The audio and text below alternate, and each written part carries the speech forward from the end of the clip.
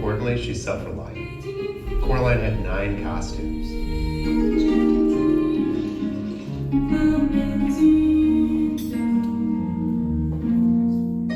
Her raincoat moved as one big unit. It was like animating a bell on top of your costume. The places that you could move it were the bottom edge where there was wire, the end of the cuffs had wire, and the hood was wired so you could get some bounce to it. And with those 3 points of articulation, we figured out a way to make it move naturally. On the flip side, the star sweater was form-fitting on her. You could see the shape of her torso as you were animating, but it was loose enough that the animator was able to tease the sweater up and tease it down frame by frame to give the illusion that she was breathing. With so many unique costumes, each with its own look and feel, it really brought a sense of authenticity to Coraline's character. It's Coraline. Caroline what? Coraline. Coraline Jones. Whitey was the odd boy who lived next door. He was nosy, he was curious, he turned out to be a worthy friend. I'm Whitey. Whitey Lopez. Whitey? Short for Whitey. Not my idea, of course. He was a challenging puppet. He had this craned neck. And if you didn't have it quite right, you could have it craned. If you didn't show a piece of the neck, it would just look like the head was sitting on the shoulders and he had no neck at all. The way the helmet worked was interesting. You couldn't close it until you removed his ears and his face. And because it's stop motion, you're able to replace those pieces frame at a time. Nobody who watched it was ever the wiser. Wybie wasn't in the book. He was written in the screenplay as a story device for Coraline. And we all worked really hard to make sure that in the end, he was a worthwhile partner for Coraline. There's 2 Mr. Babinskis. The grubby, oddly athletic neighbor who lives in the attic. Call me Mr. B, because amazing, I already know that I am. And then there's the other Babinski, who's the greatest showman on earth. Very, very thank you. I mean, animating Babinski was an incredible challenge, just because he was so top-heavy. He had little spindly legs, he had little spindly arms, so he couldn't support himself, and he always had to be on a series of ball joints for a rig to help him stand up. Each Babinski had wonderful elements of their puppet where you could get fantastic secondary animation. Mr. Babinski had this belly mover, so you could bounce his belly up and down. He had his medallion that could move around. Other Babinski had his epaulettes and his cords. He had these long tails. Those didn't stay where you wanted them to all the time because of the weight of them. And each Babinski, of course, had his iconic mustache. Other Babinski had this beautiful, waxed, curled mustache that could bounce up and down. Real Babinski's mustache was wiry and unkempt. Because it was on a ball joint, it also had a tendency to rotate every once in a while. Mr. Babinski was the first and the last character of Laika to have stick-on eyebrows. Mr. Babinski had an incredible amount of energy, and that energy combined with all the elements for secondary animation made him one of the most fun in the film to animate. We loved it, Mr. B. It was so amazing! Kat's character is like the wise old sage that comes to Coraline's aid, helps her to navigate the other world. You probably think this world is a dream come true, but you're wrong. With a 4-legged character, you have the rhythm of the way that the legs interact with each other, and that changes with the pace of the walk as well. You don't want that mechanics to feel robotic. You want the character to walk with character. With a 4-legged creature, you go from a walk to a trot to a run. The timing changes of each leg depending on how fast or slow the character is moving. Tail on a cat is sort of tied to its character. It's just another way that you can show emotion and how the cat's feeling. When you have a cat that can talk, it's just another tool that you can use to convey the emotion. We cats, however, have far superior senses than humans. For all the challenges animating a cat presented, who doesn't want to animate a cool cat?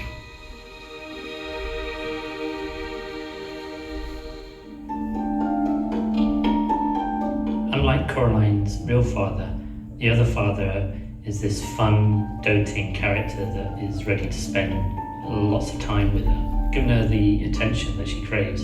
Hello, Coraline.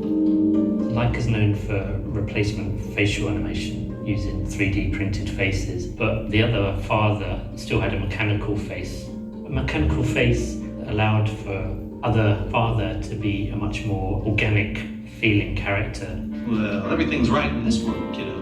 There was much more squash and stretch that we was able to do because of the joints in his face. Inside that face is armature pieces and paddles that allow you to move and manipulate the lips and jaw. He was able to get a lot of movement and exaggeration. Whoa! He had a very organic performance, and I think that made him a very endearing character. So you was really happy that he came to Coraline's aid in the end.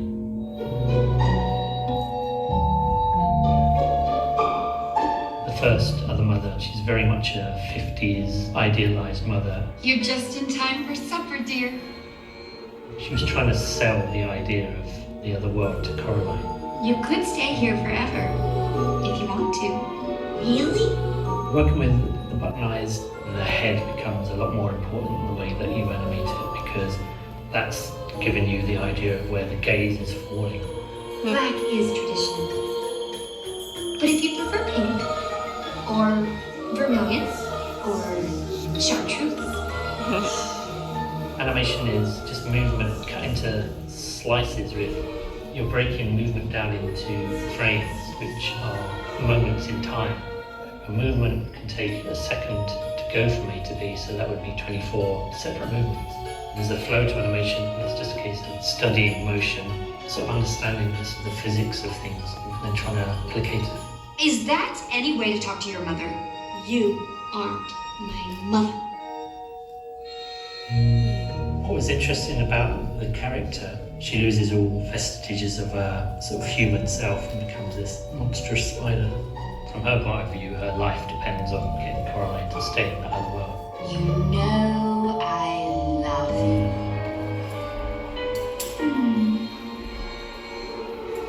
She was basically an armature, and the fact that she had 4 legs and 2 arms, that made it a little bit difficult because she didn't have feet, they just ended in spikes. So we had to come up with a way of tying her down to the set so that the feet stay planted when she moved.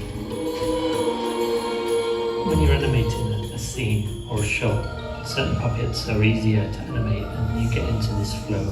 It's almost like this symbiotic relationship happens where sometimes the puppet will do exactly what you're asking for. There's no effort there. And then you have puppets like the Bodan where every time you touch it, it's moving in ways that you don't want it to move. So it becomes this fight to get it to be animating in the way that you want it to. Now, you're going to stay here forever.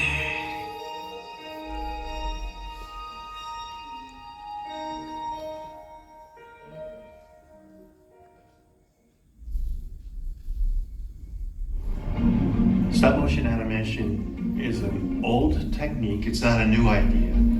It goes back to the first King Kong. I'm a stop motion animator. I take the puppet and I move it frame by frame, tiny little increments. We have very expensive toys that we're moving around on miniature sets. There are 24 frames a second in film.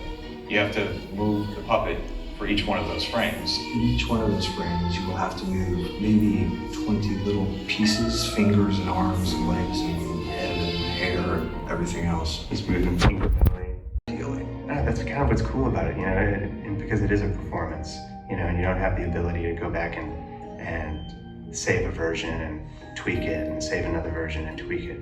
Like, what you get is the way it is, and if it's not right, you have to do the whole thing over again. Really, we're looking for finding a performance, really figuring out who the character is. The biggest thing initially that informs an animator's performance is the voice acting. A lot of the acting comes from listening to that and taking what the actors already put into the performance and applying that into the puppet. We listen to the lines from the actors for cues for accents, things that they're stressing or hitting, and that will conjure up in the animator's mind a certain type of performance. When you listen to the dialogue and you just look at the puppet, it absolutely suggests how they might act and how they might interpret the dialogue and just what presence they would have in any particular scene. Sometimes the harder shots are shots that you don't have any dialogue for, because then you're having to create all the emotion or the tension yourself in the animation, and that can sometimes be harder because you don't have the dialogue to hide behind.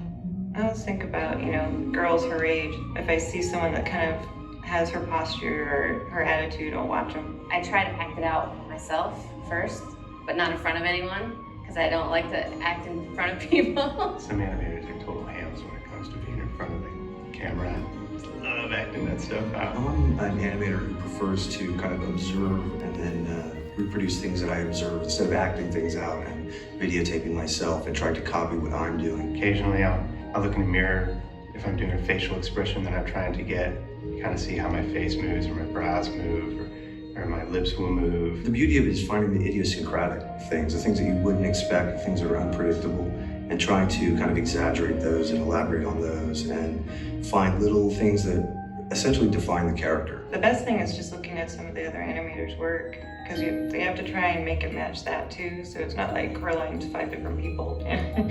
But you never get what you want. You start one place, you have an idea what you're gonna get, and by the time you're done, it may be good, it may be horrible, but it's never exactly what you envisioned, because the puppet has a mind of its own, and we love them and we hate them, but they can never predict what they're gonna do, really. Mom? What are you doing here in the middle of the night? You're just in time for supper, dear.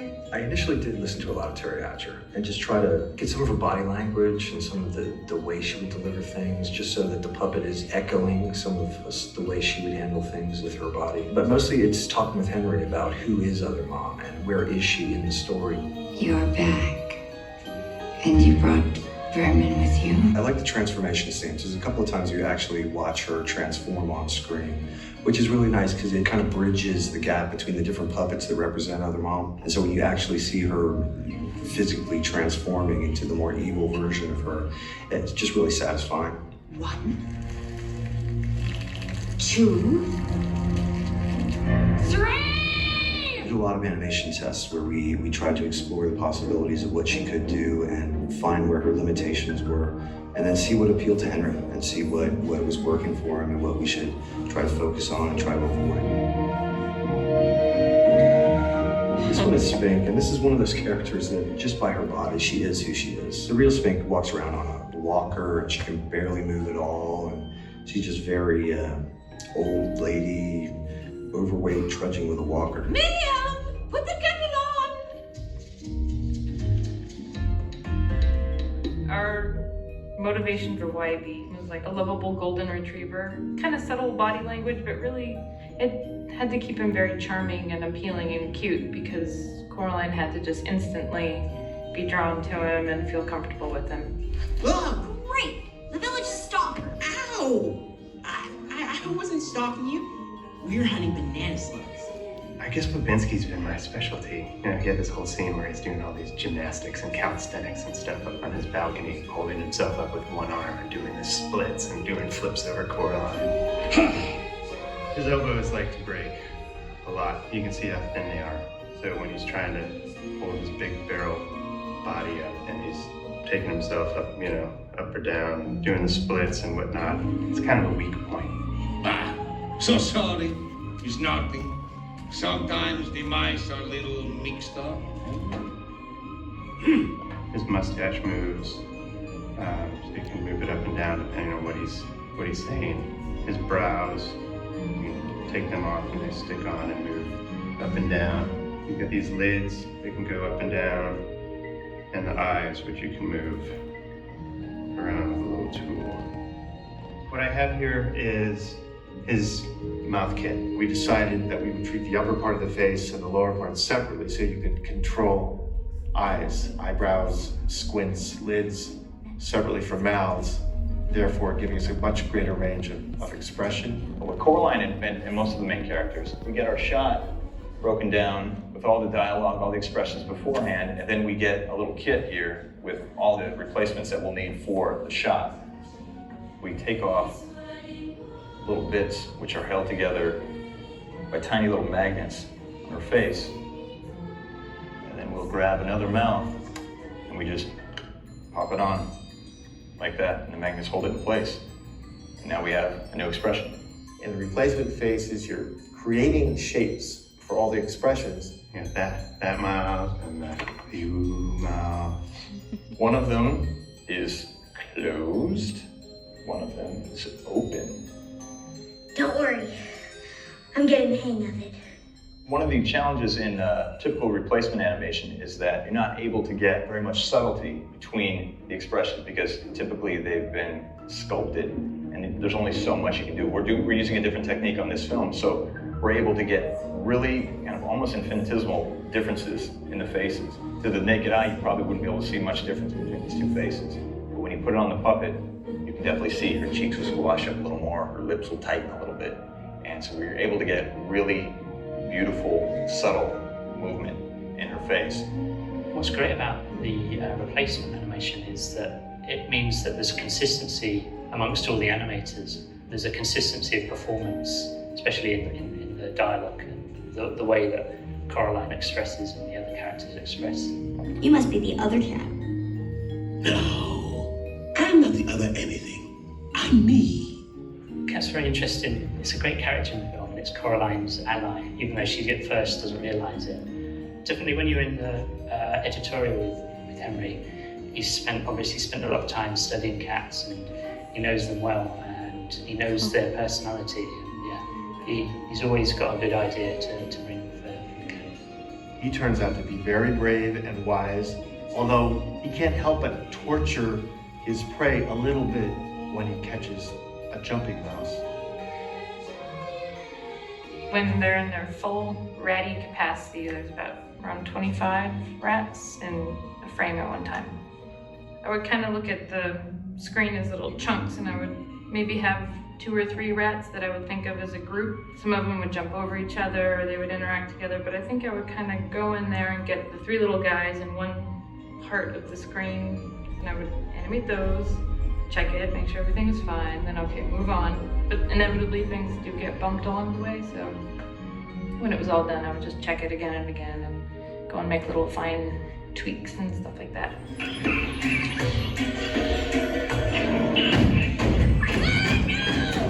It's the spectacle, it's the minutia, it's the big sets with the trees and the atmospheric stuff and the wind blowing, and then you get down to the the finest little tiny bit of whatever moving around, and you have to focus on everything. I mean, in stop motion, everything you see moving has been moved by somebody. So if grass is blowing in the wind, some poor animator is moving those little blades of grass to make it look like it's blowing in the wind. And one of the things we're doing differently on this film is we are kind of focusing on making it very atmospheric. So there's lots of environmental effects, dust and dirt moving, there's wind and trees and grass and cloth and hair blowing in the wind and that sort of thing. It really does add a certain level of something to the film that's pretty special.